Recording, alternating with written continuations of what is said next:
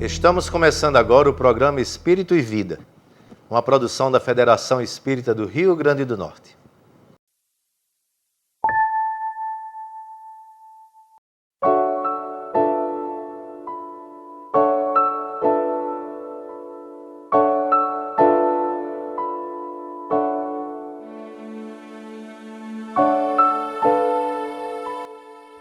De gota em gota se faz o oceano.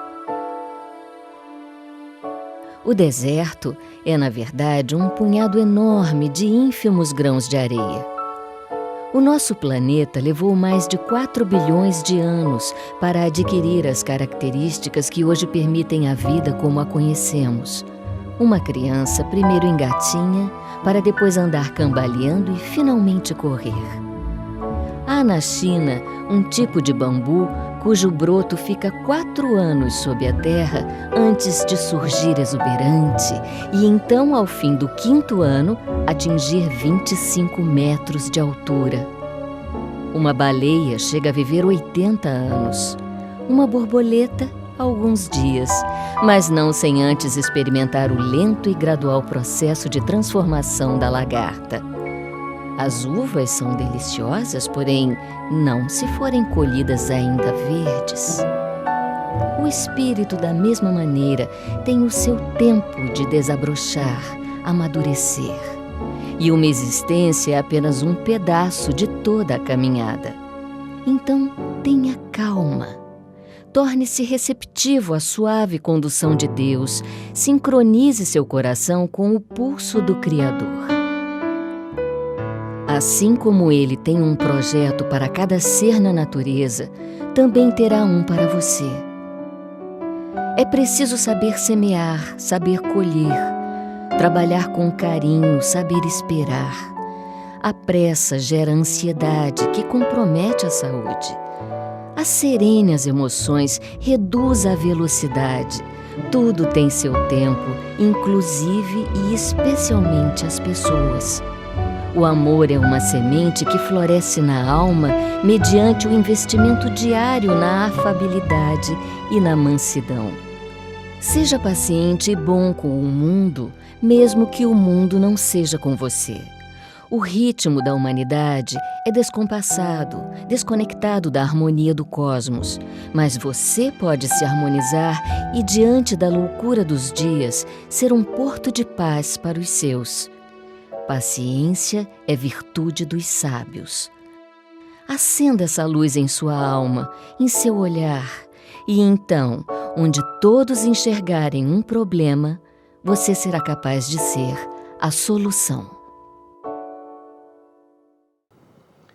O programa Espírito e Vida de hoje trata de um hábito que a grande maioria de nós tem e sobre o qual Jesus já tecia comentários. Porque a maioria de nós vê os defeitos alheios e deixamos de ver as nossas próprias deficiências morais?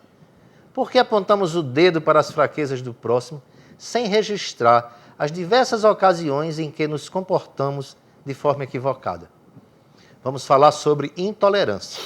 E quem está aqui para conversar conosco é Altamir Cunha. Altamir é comunicador espírita, escritor, articulista, enfim, um divulgador da doutrina e que sempre está disposto a colaborar com o nosso programa. Altamir, mais uma vez conosco, muito obrigado pela sua presença. É um prazer estar de volta, contribuindo para a divulgação da doutrina espírita. Por que nós ficamos olhando o cisco no olho do nosso irmão e não prestamos atenção à trave que está em nosso próprio olho? Aliás, essa pergunta é Jesus que nos faz no Evangelho. É exatamente aí onde muitas pessoas imaginam que com isso amortece um pouco do sentimento de culpa, né? Olhar para os erros dos outros esquecendo do seu. Só que a cada vez que nós olhamos o erro dos outros esquecendo de olhar para os nossos, nós não vamos dando as devidas correções. Consequentemente, é como uma bola de neve que vai se acumulando dentro de nós e um dia explode, vamos dizer. Nós vamos sofrer as consequências disso aí. A questão da indulgência é muito importante, porque todos nós, como precisamos de indulgência, temos, primeiramente, que ter indulgência com o próximo. Olhar para o erro dos outros, ou ver o erro em alguém, não é nada de mal. Agora, olhar para o erro dos outros e apontar e expor para simplesmente causar problema e desacreditar aquela pessoa ante o público, vamos dizer assim, é uma maldade que nós vamos um dia resgatar. Porque todo prejuízo que advém em função dessa nossa maldade, nós vamos ter que sofrer as consequências. E uma das passagens mais belas que nós encontramos no Evangelho com relação a esse assunto é da mulher adúltera, né? Aquele momento em que a mulher flagrada em adultério trouxeram para Jesus maldosamente, não só para expor e apedrejar, que era a regra de que as adúlteras deveriam ser apedrejadas, mas também para colocar Jesus em situação de dificuldade. Quer dizer, como ele ensina e fala no amor, vamos ver o que ele diz a respeito. Trouxeram a mulher e disseram: Senhor, essa mulher foi flagrada em adultério. As leis dizem que as adúlteras devem ser apedrejadas. O que diz a respeito? Aí veja só o que é realmente o exemplo que Jesus dá. Ele não vê o erro daquela pessoa, mas ele vê, primeiramente, a condição daquela pessoa, até onde chegou, lutou para não chegar naquela condição. Muitas vezes, quem sabe, os filhos com fome, coisa desse tipo, tudo isso poderá ter acontecido. Mas também observou que aqueles que se encontravam ali querendo julgá-la e condená-la, não tinham autoridade moral. Daí, ele também não foi indiscreto, né? Não colocou de maneira de dizer: vocês são errados também, vocês têm culpa. Não, apenas disse: aquele que tivesse em pecado, atire a primeira pedra. Foi suficiente, porque cada um começou a olhar para dentro de si. Como é que eu poderia atirar a pedra se ele colocou que atira aquele que tivesse em pecado? Quem melhor do que eu para saber os erros que tens? Então, analisando daquela maneira, disse que ele voltou a escrever na areia, disse, tranquilamente. Quando olhou, só estava a mulher. Ele disse: mulher, cadê os que te acusavam? Não te condenaram? Ela disse: não. Ele disse: eu também não te condenarei. Mas veja bem aí também como a indulgência para com alguém não impede que nós vejamos o erro que a pessoa tem. Ele olhou, ele sabia que a mulher tinha errado realmente, então disse: vá e não torne a pecar. Diferente. Ele não apontou o erro de uma maneira maldosa, ele apenas: vá e não torne a pecar.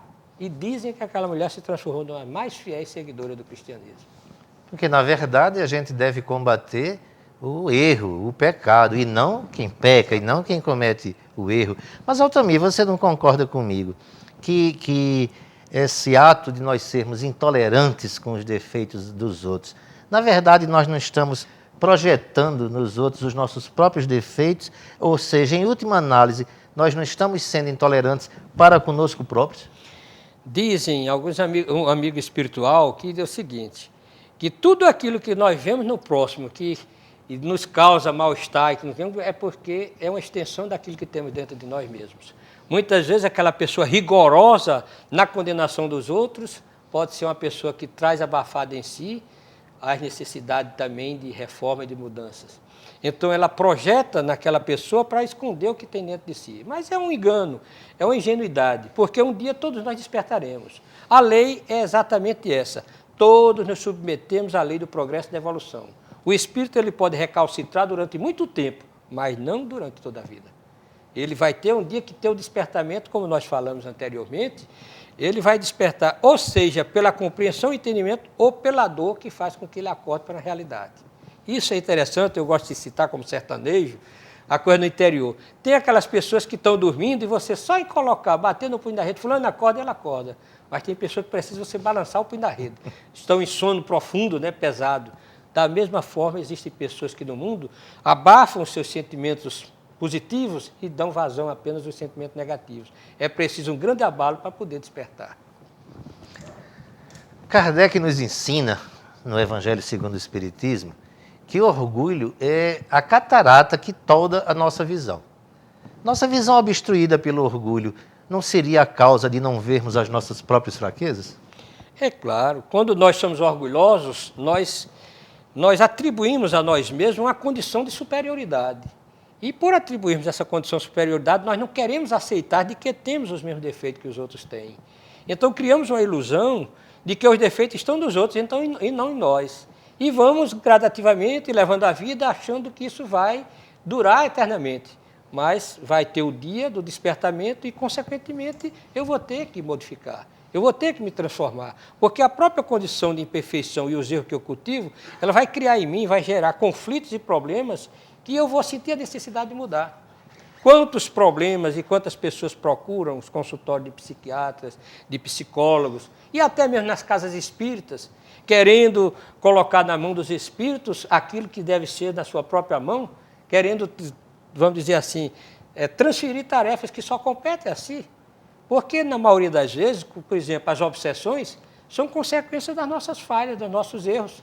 E nós achamos que os espíritos vão resolver. Eles aliviam, eles ajudam, mas enquanto nós não mudarmos o ponto de conexão, que são as nossas imperfeições, nós seremos sempre obsidiados. Então, temos que chegar a essa conclusão de que precisamos mudar. E o orgulho é algo que nós devemos combater sistematicamente no nosso caráter. Mas a gente volta daqui a pouco, vamos fazer um breve intervalo e vamos continuar conversando ainda sobre intolerância, aqui com Altamir Cunha. Não saia daí, a gente volta já.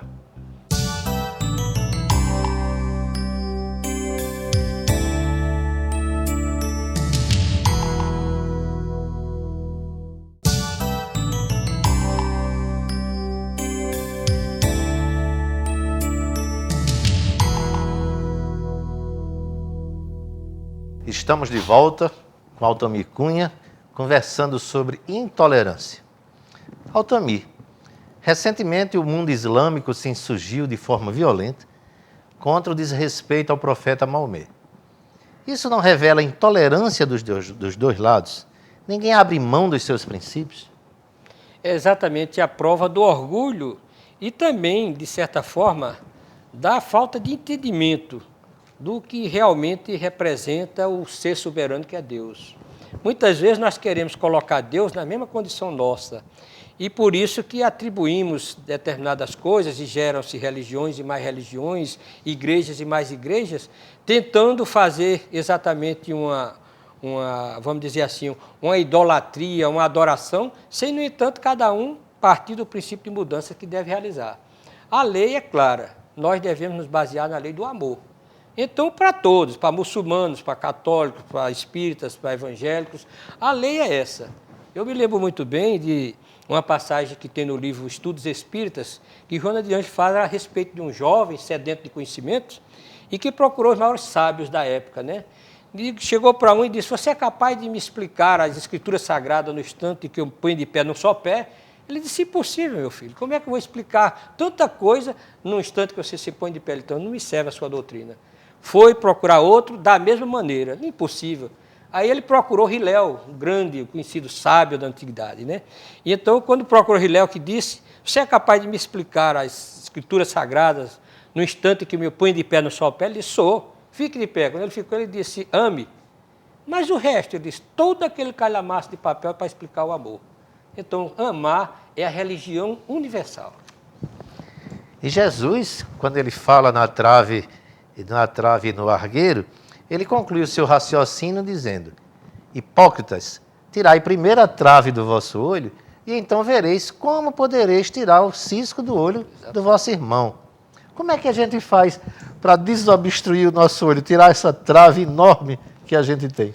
Primeiro é ter humildade, reconhecer que somos portadores de falhas.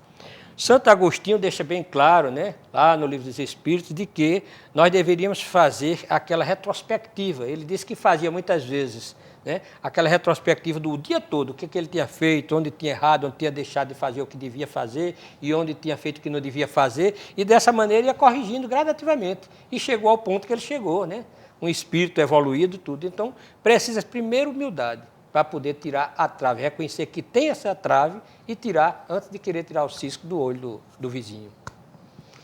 Altamir, ultimamente tornou-se consenso que nós estamos dando os primeiros passos, né? O mundo está se transformando em um mundo de regeneração.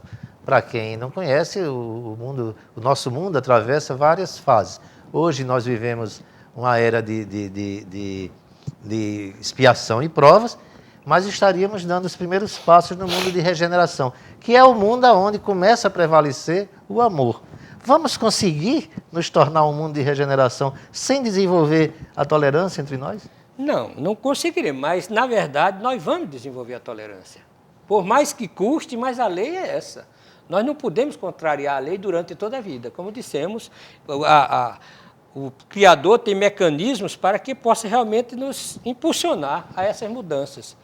Então, aqui nós vemos as guerras, os assaltos, as coisas, muita gente acha que o mundo está perdido e que Deus abandonou o mundo, entregou ao demônio. Que eu vi uma vez uma palavra do irmão nosso, de outra religião, ele disse que Deus abandonou o mundo e entregou ao demônio. Quer dizer, é uma falta de lógica nós pensarmos dessa maneira, que Deus que nos criou para nós evoluirmos, para progredirmos. E com certeza a Terra vai chegar a esse estágio de planeta de regeneração. Mas a doutrina espírita nos fala também, coloca a caridade como fundamento, como primordial, como condição sine qua non para o nosso crescimento, para a nossa salvação, digamos assim. Kardec questiona, né, o que é a caridade como a que Jesus se referia. E eles dizem que é benevolência para com todos, indulgência para com as fraquezas alheias e perdão das ofensas. Né? Esse seria o caminho, desenvolver essa tríade, esse conjunto de qualidades morais? Quem já tem alcançado isso realmente já atingiu o ápice, vamos dizer, da evolução.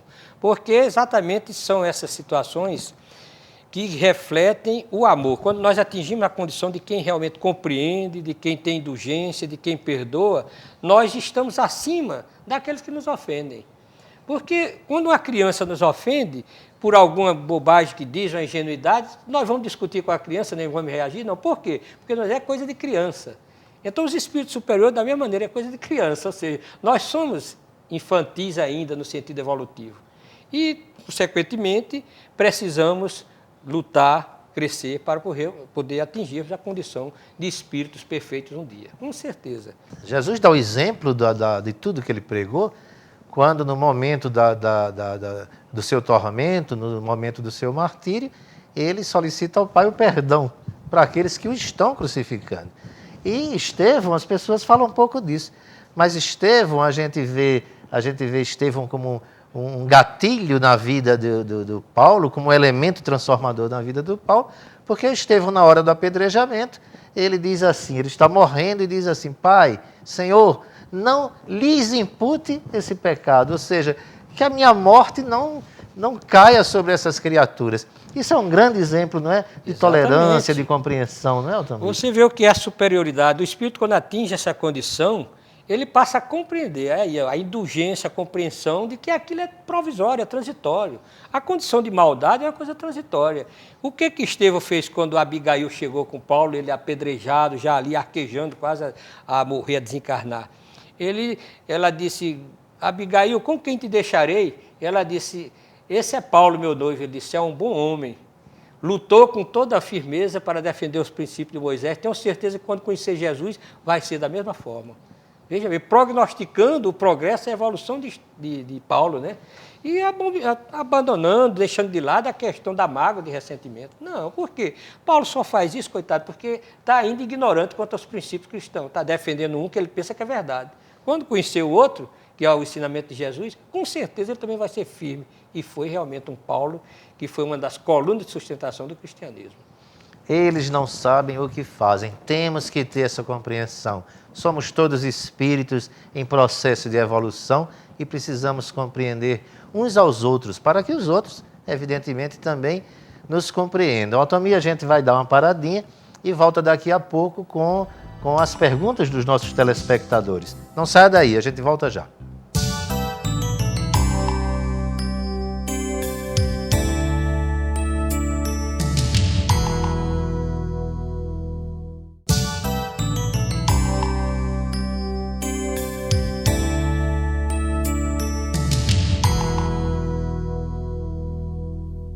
Vamos agora ao quadro Espírito e Vida Responde, trazendo as perguntas que os nossos telespectadores dirigem ao nosso entrevistado de hoje, o Altamir Cunha. Altamir, quem faz a primeira pergunta é Paulo Fernandes. Por que as religiões que deveriam ensinar a tolerância não se toleram? Essa aí é a prova da incompreensão humana, porque a religião em si seria o instrumento para nos religar a Deus. E a base de ligação com Deus é o amor, porque Deus é a fonte inesgotável do amor.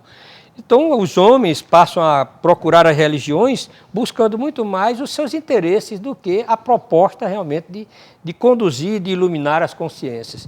E eis porque acontece tanto problema, guerras religiosas, intolerâncias religiosas, em função dessa compreensão e entendimento a respeito de Deus.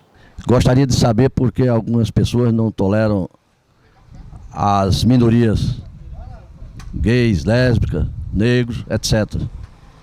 Essas criaturas, normalmente, pela ignorância de que são portadores, ignorância não no sentido pejorativo, mas de não conhecer a respeito da vida e os seus mecanismos, não compreendem que um dia eles poderão nascer também como minorias em lugares onde possam ser discriminados ou coisas desse tipo.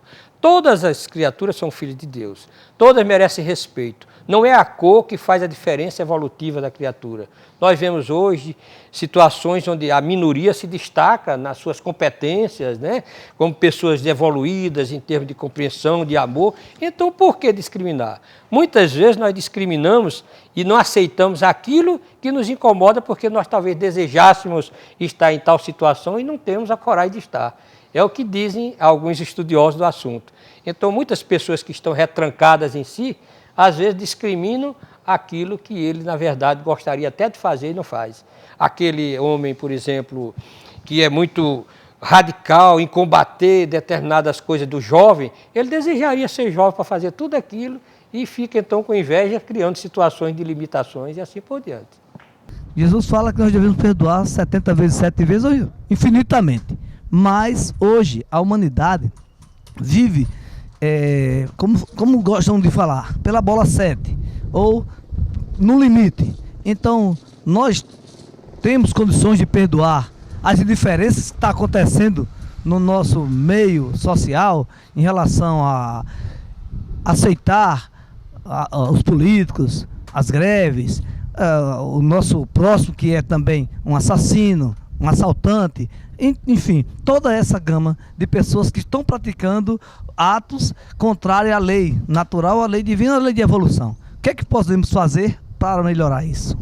O perdão, tanto para políticos como para pessoas comuns, assim, que não tenham esses cargos, ela é uma necessidade. Então devemos perdoar e compreender que aqueles que hoje estão transgredindo leis, estão nos causando problemas, eles estão lá porque foram escolhidos por nós.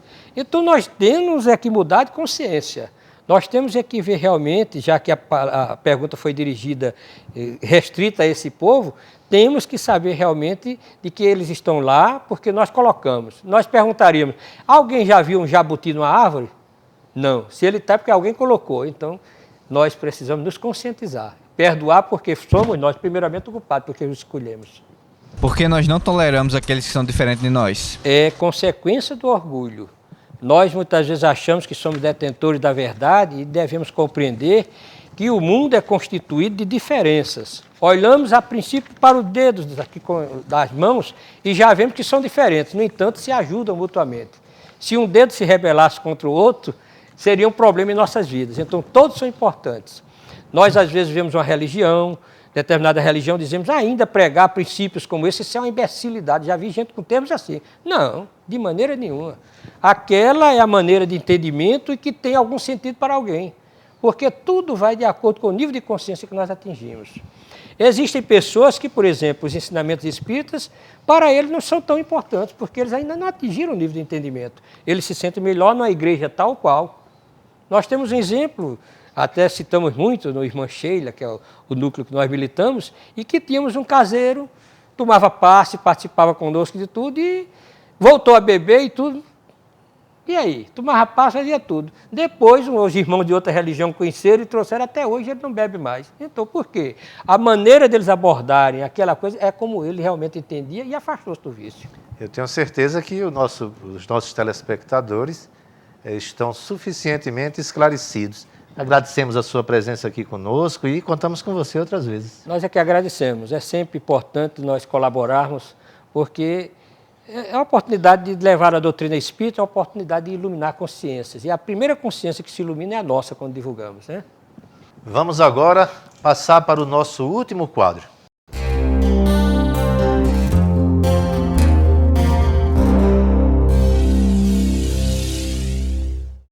O nosso programa, como sempre, dá dicas de livros que podem auxiliar no conhecimento e no aprofundamento do tema. Diversas obras tratam do assunto abordado no programa de hoje. Anotamos algumas para vocês. Libertação pelo amor. Vida feliz. Libertação do sofrimento. Autodescobrimento. Desperte e seja feliz. Jesus e o Evangelho à luz da psicologia profunda, conflitos existenciais. Todos esses livros são da autoria de Joana de Ângeles e de Valdo Franco. Felicidade Possível, da nossa companheira Elizabeth Diniz.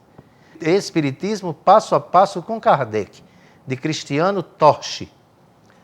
Paulo e Estevão, e Renúncia também, ambos de Chico Xavier e Emmanuel. O Evangelho segundo o Espiritismo e as demais obras da codificação, todas de Allan Kardec. Chegamos assim ao final do programa Espírito e Vida. Você pode entrar em contato com a equipe do programa através do e-mail espiritoevida@simtv.tv. Agradecemos a sua sintonia e contamos com a sua presença na próxima semana. Muita paz para todos nós.